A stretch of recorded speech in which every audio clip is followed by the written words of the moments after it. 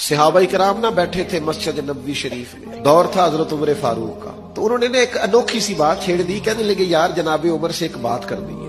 کہا جی وہ کیا؟ کہنے لگے حضرت عمر کا کرتا اتنا پرانا ہو گیا پیوند لگنے کی بھی جگہ نہیں، ان سے کہنا کرتا تو نیا لے لے۔ اتنے اتنے وزیر، اتنے اتنے سفیر، اتنے اتنے ملکوں کے سرکاری عہدیدار ملنے آتے اور جناب عمر کا کرتا وہی پرانا، سب صحابہ کا ایما ہو گیا، کہنا چاہیے۔ تو ایک صحابی بیچ میں سے بولے کہنا تو چاہیے پر یہ اس شیر کا نام بھی لو جو امیر المومنین سے بات کرے گا، بندہ بھی بتاؤ۔ تو کہنے لگے ہے نا ہمارے پاس ایک ہستی جن کی جناب عمر نہیں ٹال سکتے، وہ کون ہے؟ کہا مولا علی شیر خدا۔ حضرت علی کو بلایا اور اپنا مدعا بیان کیا کہ حضرت اتنے اتنے ملکوں کے وزیر سفیر لوگ آتے ہیں، ہماری خواہش ہے کرتا بدل لیں، اور پھر اسلام پر اب تو فتوحات ہے، اگر ایک کرتا نیا لے لے تو حرج کیا ہے؟ حضرت علی کہنے لگے بالکل ٹھیک کہتے ہو، کہنا چاہیے۔ کہ حضور پھر آپ کہیں گے؟ فرمانے لگے میں نے نہیں کہنا، کیونکہ مجھے ان کے مزاج کا پتہ ہے، میں نہیں کہہ سکتا۔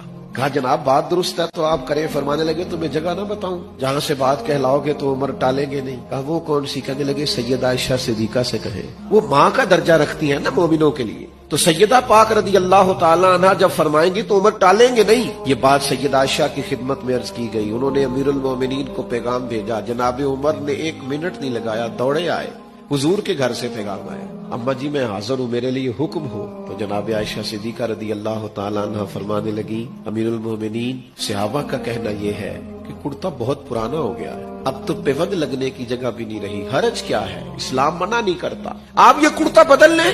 تو جناب عمر بولے نہیں، بعض جگہ ایسی ہوتی ہیں جہاں نہیں بولنا چاہیے، دلیلیں بھی ہو تو چپ رہنا چاہیے۔ حضرت عمر چپ کر گئے۔ تھوڑی دیر کے بعد کچھ آنسو گرے تو فرمانے لگے سیدہ میں نا شام سے پہلے کرتا خرید لوں گا آپ کے حکم کے مطابق، پر ایک بات عرض کرنے کی اجازت ہے؟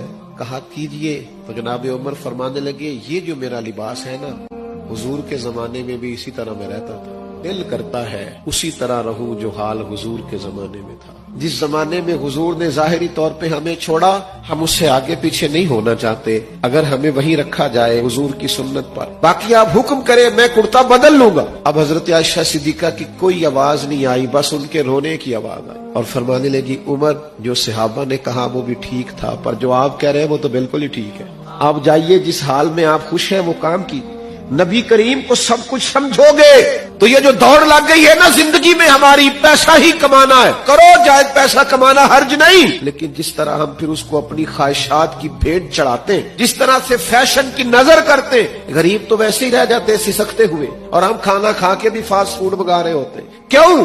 اس لیے کہ ہم جو کماتے ہیں وہ ضروریات کے لیے نہیں، خواہشات کے لیے۔ نبی کریم سے پیار کرو گے، سب کچھ حضور کو جانو گے، پھر ان چیزوں سے باہر آ جاؤ گے۔